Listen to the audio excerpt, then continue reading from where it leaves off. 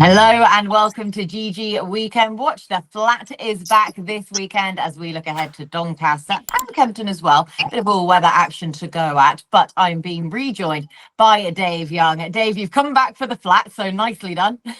Yeah, it's been like a nice break to have in between Cheltenham, and even this is quite nice to be introduced, I guess, like slowly back into the good stuff before entry. But as much as it is flat, there is some very good racing this weekend, so I'm looking forward to it.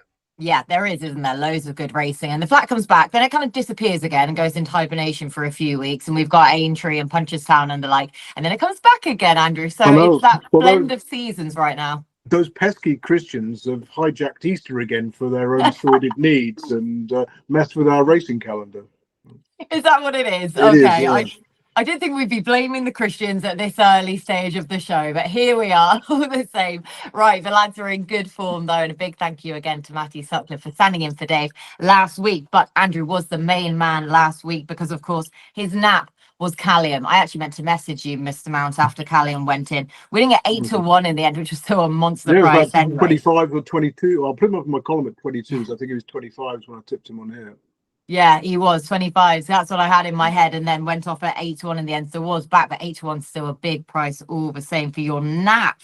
And then you also gave us 12-1 with a Starlight for good measure, and also threw in an extra winner with Shogal, whose name I think we're just about getting the pronunciation correct with, who SP'd at 5-2. Now Matty though had a few near misses, but did of course score with Lady Adiva SP of 5-1. But as I say, all flat racing then to go at this weekend, and lads, we're going to begin with the Brocklesby, the 115 at Doncaster for the 2-year-olds over the 5 furlongs. Right, Andrew, back to you. How on earth do we start? Yeah, some good stats with this race. In the last 10 years, which is 11 renewals because they split it into 2 divisions in 2017.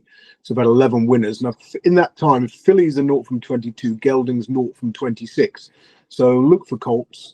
You could look at colts early. Again, one of my angles for early season 2-year-old races is to go with the early colts. Those fold in January and February. And if you'd backed January or February colts in this race, 5 winners from 23 in the last 10 years and a profit of £26.80. There's 4 qualifiers on that angle. Exclamation is a massive price. Karma Chameleon, who should be wearing the red, gold and green. One for the Culture Club fans there. Younger viewers, ask your parents. Kanishka and Son of Sarabi. But I keep coming back to the Ammo Racing newcomer trained by Richard Hannon, the same owners and trainer who won this with Persian Falls in 2022. If you back Ammo Racing newcomers, regardless of who trains them, you make a profit over the years. So I do fear Norman's K, the Ammo horse, at the head of the market, around about 5-2. So yeah, no strong opinion. I'll just put up the Fav as a token selection, given the owners and how well they do with their newcomers. The only slight concern by Sioux Nation, whose progeny tend to do better in small fields, make a fortune backing them in fields of 10 or fewer runners. Anything more than that, a big loss. But yeah, Norman's K, one of sort of several interesting ones. Palmer Chameleon, next best, but they're the front 2 in the betting, so I won't be getting involved in this race.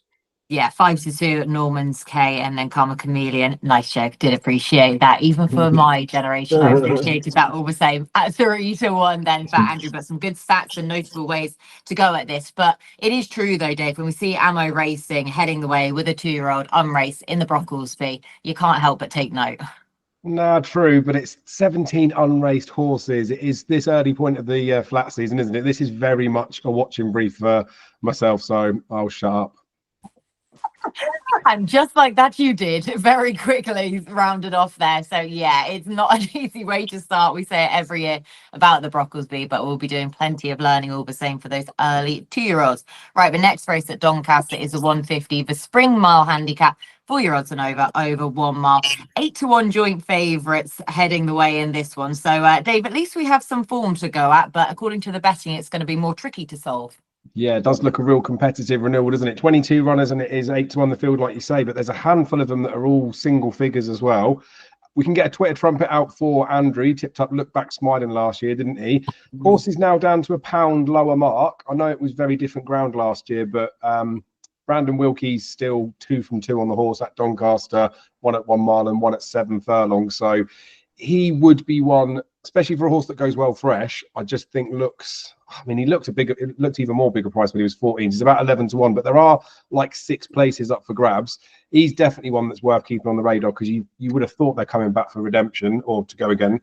The other ones in here that are towards the head of the market, Naypoint, I'm not 100% sure that he's progressive enough to defy the fact that his course and distance win was a Class 5 race. So yeah, I mean, he's there at the head of the market, isn't he? But yeah, bit of guesswork with him. Ocean of Dreams is now in good hands, but he's left Aidan O'Brien, isn't he? So that's not necessarily saying that Archie Watson can't do bits with this horse, but it's very hard to know how well handicapped this horse is. He was racing over a little bit further, was racing on heavy ground, but again, it's priced up as though this horse has got loads of form to go off the back of. One I think has got a bit of form to go off though is Promethean. In a first-time hood, Enzo Cribblet, I don't know how we say it, he's not someone I know anything about, but I'd assume that he gets on quite well with this horse. And the fact that he does wear a hood, he has got sort of his own ideas about things, could potentially be a positive for this horse. Going to be taking £3 off. Whether that's a good thing or not is obviously open to debate, depending on the jockey. But as I say, I don't know that much about him. But he was beaten just only ahead after a break last season after the summer. That was over this trip at Newmarket, and that was from off the pace. All of his good performances at 1 mile, well, all of his runs at 1 mile, to be fair, have come from off the pace, and he's always been never nearer. Now, he's one of a few horses that have been gelded, and he looks like the type of horse that might potentially improve for it. They've run him here a couple of times at the back end of last season as well. His penultimate start was a pretty good performance when he stayed on. Then the time before, he boiled over in the preliminaries. So I think you definitely could put a line through that, but you need to be conscious of the fact that was Futurity Day. There was a big crowd. This is Lincoln Day. Maybe he might get wound up. But look, with that hood on for the first time, the fact he's been gelded, and like I say, Enzo Cribblet might be a jockey that gets on well with him. If you keep an eye on how he is in the prelims and he isn't getting wound up, I think he's got a right chance because he's had I think it maybe was his penultimate run where he was quite a way back. The bare form of it doesn't look so good, but he was all right in the group that he ran in. I just think he's got a bit of a chance at a bit of a price, but it is a tricky race, isn't it? 22 of them and most have got a chance. I'd probably be looking at playing Look Back Smiling and Promethean, not for big stakes, but I'll probably stick them in each way doubles with a couple in the Lincoln later on. Okay, then in a few couples then later on. Promethean though, 11-1. Yeah, I was just trying to look up Enzo Cribblet, claiming the £3. David Manuso, you'd imagine that he's obviously based with now. He's just had that one ride in the last 2 weeks, which was for him on a 66-1 shot. Only the 2 rides though, in this country in the last 5 years at least anyway. So you imagine he's come over from France, but I don't know much about him at all, apart from he's got a cool name. Andrew, do you know anything more? Enzo Cribblet sounds like a cross between a crumpet and a club sandwich. I don't know. So I'll have one of those, please. Absolutely, with extra cheese. Yeah, the angle. Well, so Look Back Smiling. I'm not so sure this year, given the ground likelihood of it drying out between now and Saturday. It's good soft in places. The clerk of course put a little video on X this morning, which is Thursday, saying that there's going to be some dry back and that the soft patches would go, and it might be a case of good to soft in places or the other way round. So given that it is genuine sort of hock deep, soft or heavy, maybe not this time around. He was one of, I think, the first 8 home last year all came from off the pace. And he certainly likes to come late off a strong gallop, and will hopefully get that again for his supporters. What I do like in the Spring Mile is backing 4-year-olds. In the last 10 years, if you back 4-year-old geldings, 7 winners from 64 bet, a profit of £56. The 4-year-old geldings drawn between stalls 1 and 8 in the last 10 years, 7 winners from 30 bets, profit of £90. I think 3 years ago, the 4 qualifiers included the first, second, and the third. Now, Naypoint is a 4-year-old, but he's drawn in stall 15, which may or may not be helpful. He's trained by Ed Bethel, who does really well in early season turf handicaps with horses on the back of a 150-day or longer break.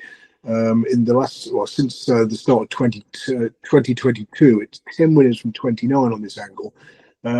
So he could go well, but I do slightly worry that red car win came from stall 2 on a day when you had to be low, so he might have been a shade flattered. Of those 4-year-old geldings who've got this sort of ideal draw based on previous stats, Spirit of Aquam qualifies, although he might need the run first time back from Mick Easterby. The yards runners do well, turf handicap runners do well in April. They don't tend to do so well at this meeting, though. I think it's like 0 from 35 or 0 from 37. Our Havana can go well with Fresh, coming out of stall 7, but is yet to run beyond 7 furlongs. Ocean of Dreams, I thought was interesting, coming out of stall 3. Debbie for Archie Watson, as Dave said, ex-Aidan O'Brien. One positive angle, stable switches with the yard, got a fantastic record, but first time cheap piece is not so good. Just 1 from 47 last year, 0 from 5 this year. So sort of pros and cons there for Ocean of Dreams. The one I keep coming back to is Pressure's On.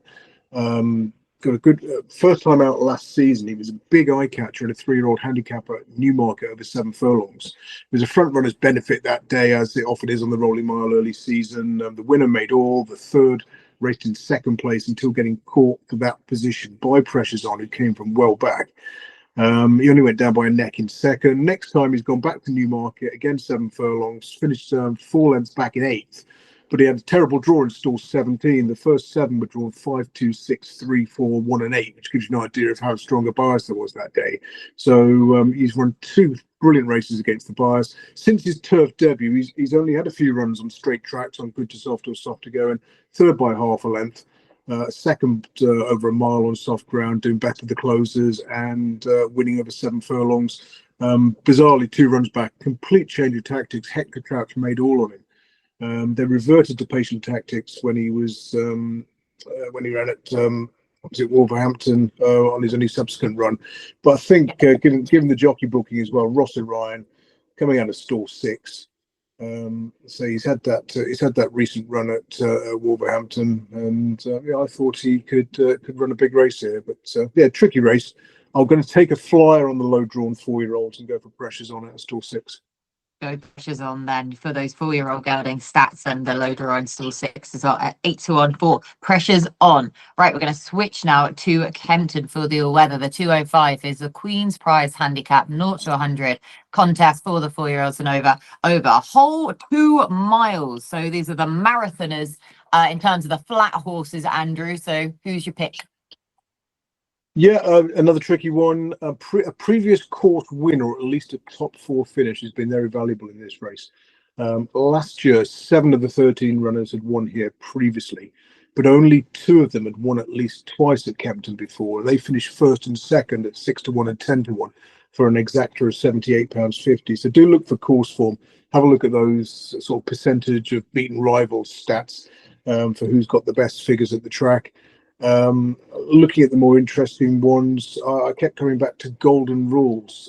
Thomas Faulkner, 0 from 42 with his turf runner since taking over the licence, but 8 from 55 on the all-weather for a profit of 146 quid. Been off the track for 637 days, but this was a one over course and distance in March 2023.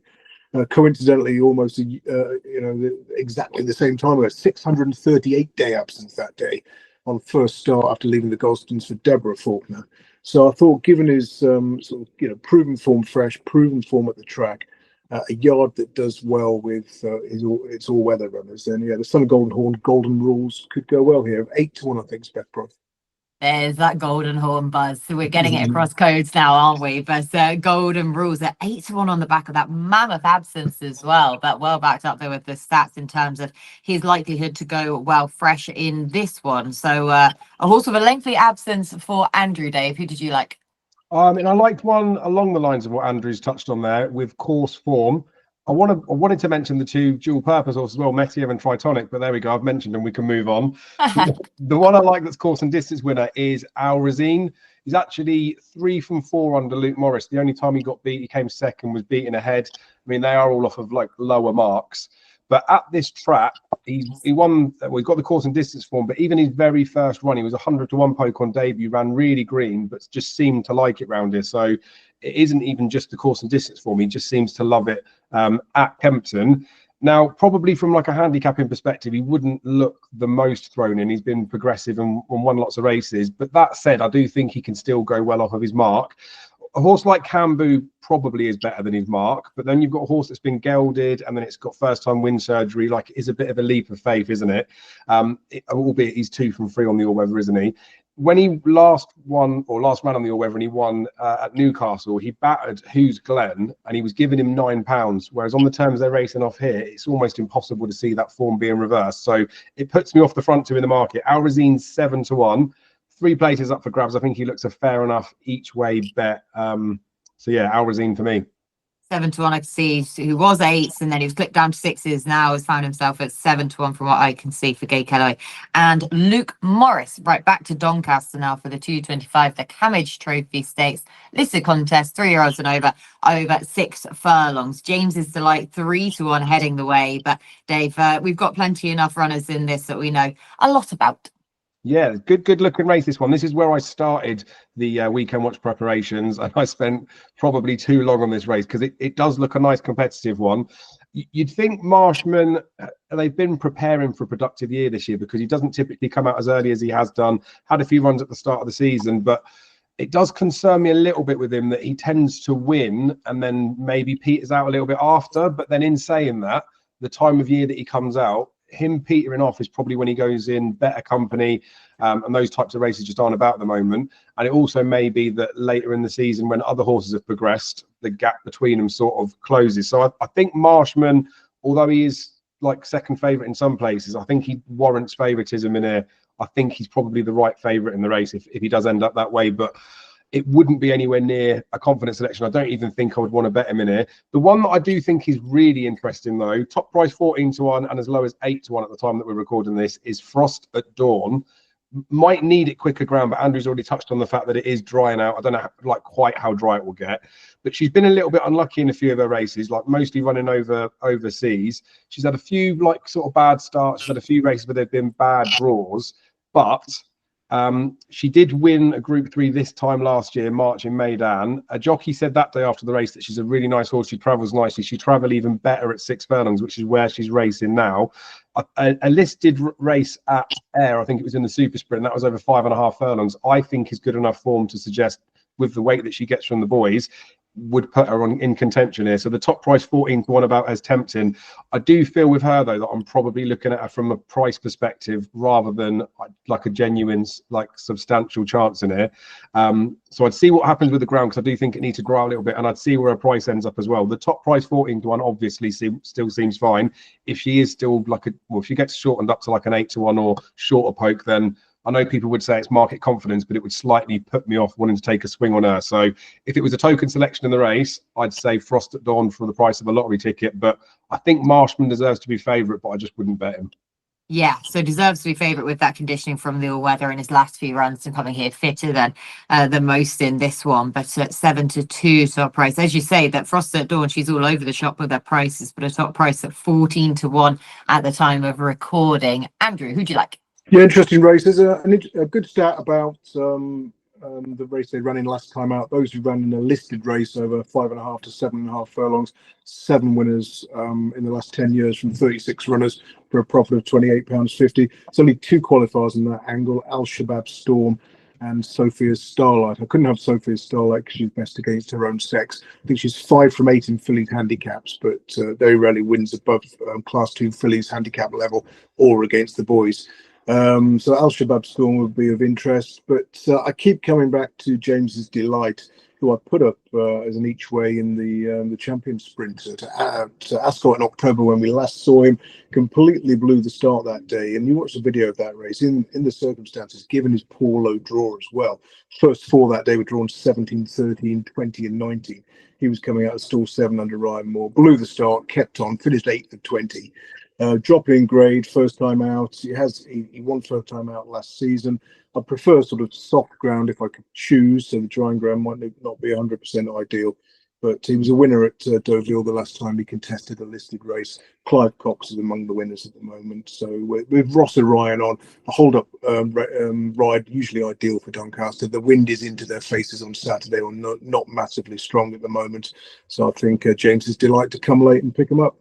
At 3-1, James is to like for Ross O'Brien and Clive Cox in the Cammage. Right, back down to Kempton again for the 240, the Rosebery Handicap, 0-105 contest, 4-year-olds and over a mile 3. 11-2 the field, joint favourites, Balmacara and Mount Atlas in here. They've got a bit of a jump then to the next few in the market, all at 10-1 between 3 of them. So we've got decent enough prices, about a whole load of these on the face of it at least, Andrew. But who's your pick?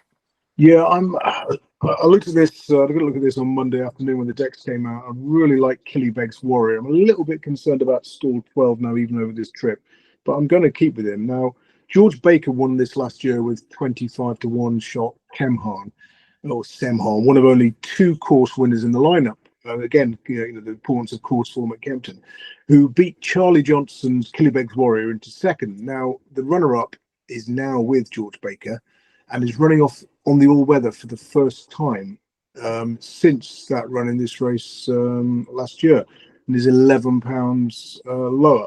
So first time on the all-weather for his current yard, I think. So yeah, it's only 2 other all-weather outings, both as a 2-year-old. He was a 66-1 one-length third to subsequent Group 2 winner Bold Act at Chelmsford in one of them.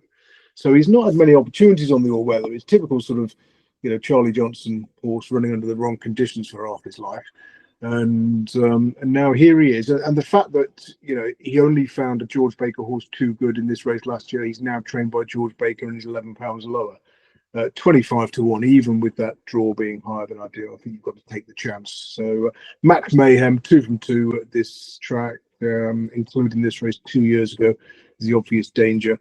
But yeah, Killybegs Warrior cannot resist that 25s. Yeah, 25-1, and just to say, it's a danger for Max Mayhem then at 10-1 as well, but 25-1 Killybegs Warrior now with George Baker. Dave. Yeah, I like it when Andrew talks like that. 'Cause, you know, sometimes you can just sense a tone from him that. Yes. I mean, I feel like Killybegs Warrior has got to be the one in this one, so it feels stupid to even have a selection. But I like another one that's got some course form. It's not winning course form, and he's also got probably a higher than ideal draw, but maybe Killybegs Warrior will help him through the race. But it's Calumet. Or Calumet, sorry. I was watching the replays back to see whether you need to pronounce the T or not. But this horse races with a noseband. The first time he ran at this track, I think he was only beaten ahead. Looked a little bit green, had a bit of a high head carriage, but look, it was his first day at school. Then next time out, he bumped into Native Approach, who admittedly hasn't necessarily done everything that we expect him to do, but he was sent off 4-1 for a Craven next time out, and then he pulled William Buick's arms out, didn't he? But looks like a nice type. Even the horse that he only just got beat by the first time up's an all right horse. He doesn't look completely well handicapped, but you've got to treat them in their own right. Now, he had his 3 runs, and then they ran him in a handicap debut at Yarmouth, and the front 2 pulled a fair bit clear, to be honest with them, and they both looked like they were sort of well handicapped horses that day. Through collateral form and whatnot, this horse actually got dropped £1 for that effort, which I think's incredibly generous. Obviously likes it at this track, and the fact that they ran him last year in that handicap, maybe they wanted to try and win first time up, but it felt a little bit like he still needed to do a little bit of learning. So I think with the fact that he's had like another little like winter break on his back, and he comes into here back to Kempton where he ran so well on those first couple of starts, I thought he looked a cracking each way bet. He's top price 10-1. There's 4 places up for grabs. I think the fact that he maybe does lift his head up a little bit and not necessarily idles in the finish, but sort of sticks his neck out. He's either one of those horses that's not putting it all in, or he's a horse that really is trying his best. And I think he's a horse that's really trying his best. And with the fact that he should just be a progressive horse, given the fact he's only had 4 starts, I think he could probably take this. So yeah, 10-1, 4 places looks fairly generous. About Calumet then, 10-1, as you say, for a lightly raced individual. He hasn't really done much wrong at all in his career so far, and dropped £1 from last time out. Yeah, that does look very generous on the face of it, doesn't it? Right, back to Doncaster now for the 3 o'clock. The Doncaster Mile Stakes listed contest, 4-year-olds and over a mile, funnily enough. 5-2 the field in this one. Liberty Lane making his return for Carl Burke, with Clifford Lee booked to ride as well. So Liberty Lane heading the way here back over this course and distance again, Dave. But who do you like? It's another very competitive race. It's always good at the start of the flat season, isn't it? And then especially when there's market support and we see how sort of trainers are getting on with their first couple of runs, there's still a little bit to find out. But we've had 4 and 5 year olds have taken taken the last 9 renewals. 6 of the last 10 winners were favourites, and 4 were trained by Roger Varian, but he hasn't got a runner in here, so I had to sort of stop looking at the trendy bit from that. There are plenty of horses that got a chance. I just think the most solid horse to make a case for towards the front of those, I think it's between the front 3 really, of those front 3 is Dancing Gemini. Top price 7-2 at the time of recording, as low as 5-2. This will be where it's interesting to see how the market settles everything. But dropping back into listed company for the first time since hacking up in the Flying Scotsman at this track. Since that, he's running, or at this trip, he's run behind Ancient Wisdom. That was on heavy in a Group 1. He was only half a length behind Metropolitan, and that was first time after a long break, or first time up last season. Ran a few lengths behind Lead Artist at Goodwood when Lead Artist was just much the better horse that day. And he was well beaten in the QE2, but he's well beaten behind a horse like Charian. And even the runner-up that day was rated maybe £10 clear of him. I think the third, he was giving him £6. So again, on like adjusted ratings, he was sort of £10 to £12 wrong with the first 3, but still ran a real good race in there. I think this horse being dropped back into this type of class, the fact that it's got the course form, and I feel like they maybe not necessarily saved it for the start of the season, but they've looked at this as a very good starting point for the horse. Might just be the type of horse that progresses for this run, like I think a few of them would, but there's every chance they've got this horse ready first time up. Like I say, he was half a length second in a Group 1 last year, first time up. So I think Dancing Gemini at 7-2 looks attractive, but as always at the start of the flat season, if he starts to drift, it would put you right off, wouldn't it? Yeah, the market's telling, as they always are, but notably, as you say, for the first meeting back then for the flat turf season as well. Dancing Gemini, though, at 7-2 from Roger Patil and Kieran Schumark. Andrew? Yeah, I thought you might get a result in this. If the bookmaker, I'll be happy to stick it up the front 3. Liberty Lane was 5-1, but only 13th in the Lincoln at this meeting on his reappearance last year. The last time he ran over a mile. Since then, he'd been campaigned over 9 furlongs or further, winning the Cambridgeshire, of course. Dancing Gemini has not been easy to win with since his juvenile days. I take the point that he likes his track and he's got form when fresh, but at the price, I can leave him alone. Botanical needs further or softer ground. Point Linus has got the wrong running style for Doncaster, being a front runner and the wind into their faces. So you kind of come back to like, what else can win?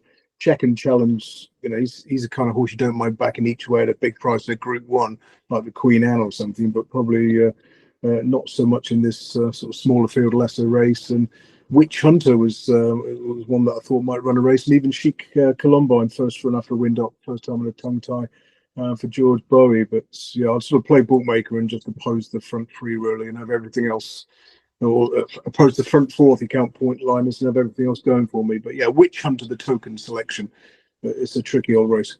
It is definitely a tricky old race, to say the least. Actually, talking about playing bookmaker, you were playing bookmaker on ITV. Was it last weekend? Oh, Cheltenham Gold Cup days. Oh, that was it. I was watching yeah. the racing back when I got back that evening, and I was like, "This Mount, what are you doing on the rail?" Yeah, it was like I think it was the first time I've done that since. I'm the lucky charm, because the last time I worked for my mate Kevin, trades as Kevin Miles, it was Grand National Day when Rule the World won, and I think he had a particularly big winning race that day. And then the first race I sort of was working for him, then the 100 to 1 shot won the Triumph Hurdle, and it was a complete misser in the book pretty much. So yeah, so I'm not going to be out again for another 6 or 7 years. And but just watch out for all the big price horses. Get a 500 to 1 shot at the Derby. Yeah. Make sure to give us a heads up when you are next back on. I know I'd had a long week by that point, but I was kind of rubbing my eyes thinking, have I completely missed something here? No, I used to do that full time many years ago, yeah. And I fell out of love with working with the Great British public. You're just back with Dave and I now, so I'm glad to know that you can withstand particularly drunk women on Gold Cup Day at Royal Ascot. There's only so many times you can explain that £5 each way costs 10, madam, as they thrust the fiver at you and say 5 each way on whatever Frankie's riding. Yeah, I could only imagine actually the repetitive conversations you must have to have in those types of situations. Right now, though, you're not going to be having that or those women coming up to you about the 3:15 at Kempton, the Snowdrop Filly Stakes listed contest for the 4-year-olds and over a mile. Soprano is the 4-5 favourite in this one. So, Andrew, is that reflective of her chances, or are you willing to take her on? It's reflective of her overall form, but not necessarily her chances. I think she's short enough, given that she's likely to have those big autumn targets again. Because last year she was second at Keeneland, then ran at the Breeders' Cup at Del Mar. So she'd also run at Leopardstown in September, finishing third in the Group 1. So obviously the lower grade. But yeah, it's worth bearing in mind also that her sole run on Polytrack saw her finish fifth at Chelmsford in a 3-to-1 shot. So the surface, the absence, the being mindful that there's bigger fish to fry later in the season, I think you've got to take her on at the price. Well, it's another one of those races where you think, oh, I can see weakness in those at the head of the market, but what the devil am I going to back against her with? So, I mean, Shuwari is interesting, despite the absence, I thought, for Ollie Sangster. Has got form when fresh as well. Never been out the 2 in her career, and I'll sort of take her to defy the absence on the back of a very long break, though, 533 days.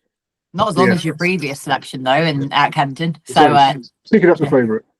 Yes, taking on the favourite then Soprano at those prices with Shuwari. This is a relative quick turnaround in comparison to the last horse you were siding with. Dave, who do you like in the Snowdrop? Yeah, I mean, Andrew's pretty much given a good summary of this race, and the fact that Sopranos, I wouldn't necessarily say by default got to the front of it, but there are sort of niggles and bits you could pick about all of them towards the front. I do think Soprano is definitely the horse to beat in it. Whether she warrants being as short as 4 to 5, I don't think she does. I would imagine when I priced this one up, because earlier they didn't have the full lots showing up, I thought we might get 7 to 4 about her, and then that might look all right. So she is definitely short. And price obviously can put you off from punting, but I just don't think I'd want to actually oppose her. Shuwari's the right one to potentially do it. 533-day absence is scary though, isn't it?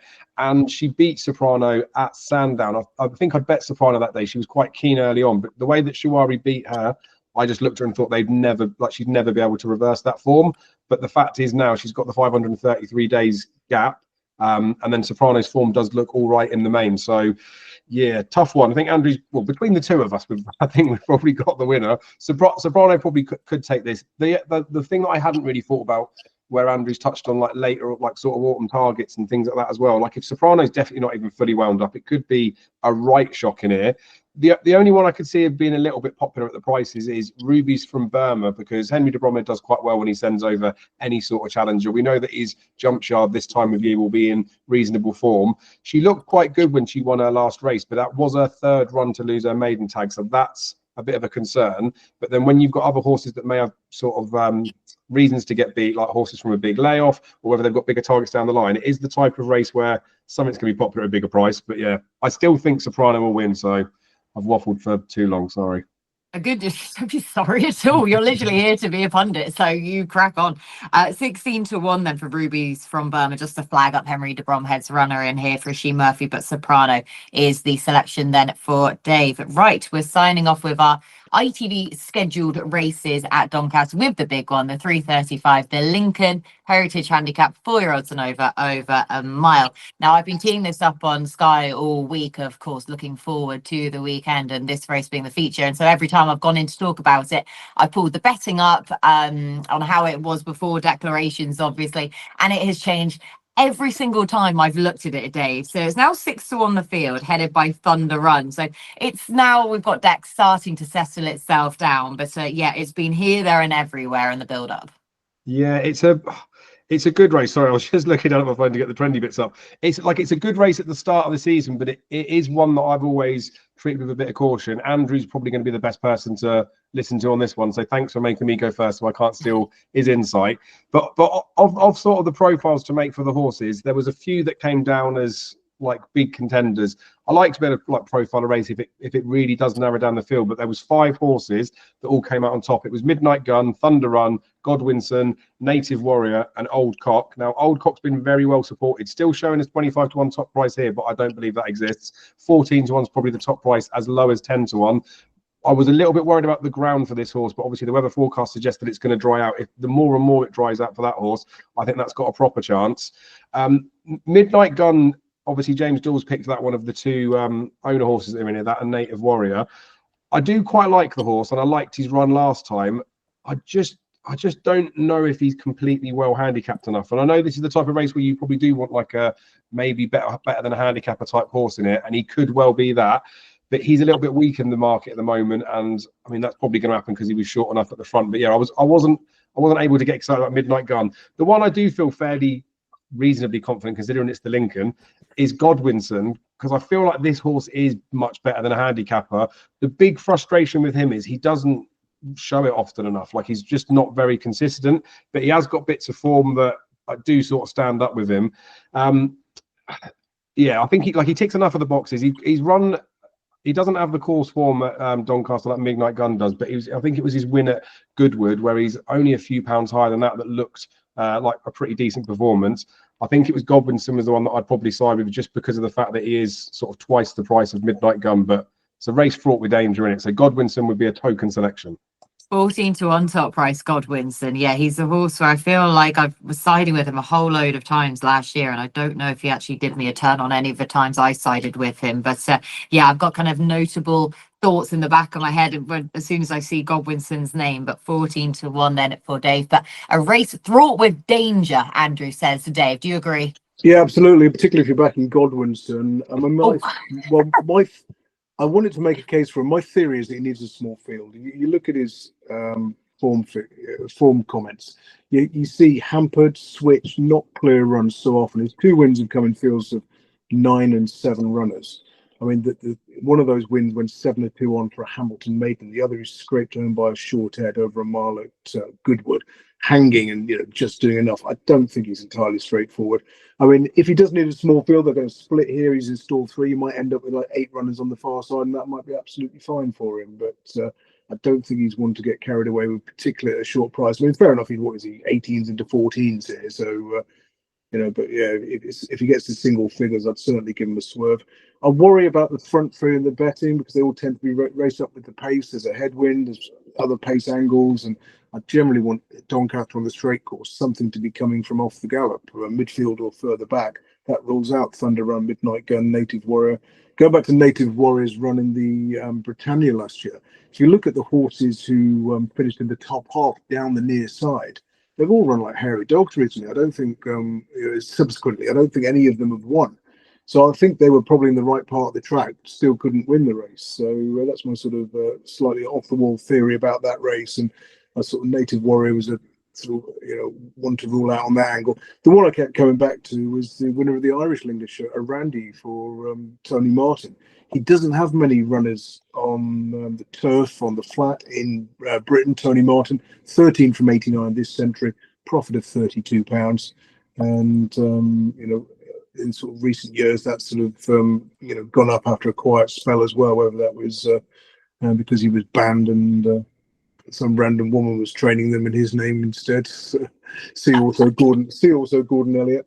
But yeah, I thought Orandi might go well. Rossi Ryan on board, got a penalty to carry, coming out of stall 2. Obviously, check the any draw bias in the spring mile. If the first 4 in the spring mile are drawn sort of 20, 19, 18, and 17, maybe swerve Orandi from stall 2 here. But yeah, he's the one I'll put up for this podcasting video, but I don't think I'll be backing. Yeah, Tony Martin, he knows what he's doing, doesn't he? Even if he's meant to be on the sidelines when he comes over to the UK with his horses, or Kathy O'Leary, apologies. I think that's his sister, wasn't it? Who was coming over here then with his horses whilst he was taking time out. Sorry if you can hear ringing in the background. It's not actually me. So this isn't even me being professional. Even with me and my 3 phones, that's not me that's ringing. And I'm the only one in the room. So I don't know what that is. It's your cat. It's my cat, yeah. Kiwi's on the blower to all of her little friends. Right though, that was the Lincoln done and dusted, Orandi 14-1 selection for the purposes of this show. But do make sure to stay tuned then. Okay, you're back with us. Apologies for that. Just been completely transparent. Supposedly the cat was trying to call me after all, because after a mysterious ring was going on in the background on some random iPad I don't own, I was soon getting a call as well. So luckily we're back amongst it again, just in time, fortunately, to get your thoughts from anything from anywhere else. Andrew, I'll go back to you. You've had a bit of time to think about it in my absence. No, not even looked yet. Nothing from me. Thank God we came back for that, Dave. No, it's Aintree next week, isn't it? All eyes on Aintree. All eyes on Aintree, and to be fair, it's going to take some amount of work, so I wouldn't be surprised if you were starting properly now to get the deep dive into those. Right, Dave, back to you then for your nap of this weekend. Ooh. Soprano? I feel like Alrazeen is the one that I Ooh. feel most confident about. That's in the 205 at Kempton, the Queen's Prize handicap. Looks a good each way bet, in my opinion. Okay, a good each way bet as well. Andrew? Oh, pressure's on. Yeah, pressure's on the Spring Mile. Nicely done. I was just making sure we are going that way, right? Perfect, lads. Well, thank you so much for all of your work. We've had a whole load of flat races to go back as the flat turf season is back at Doncaster this weekend. So big thank you to the lads. Bigger thank you to you at home for watching, and we will be back at the same time next week.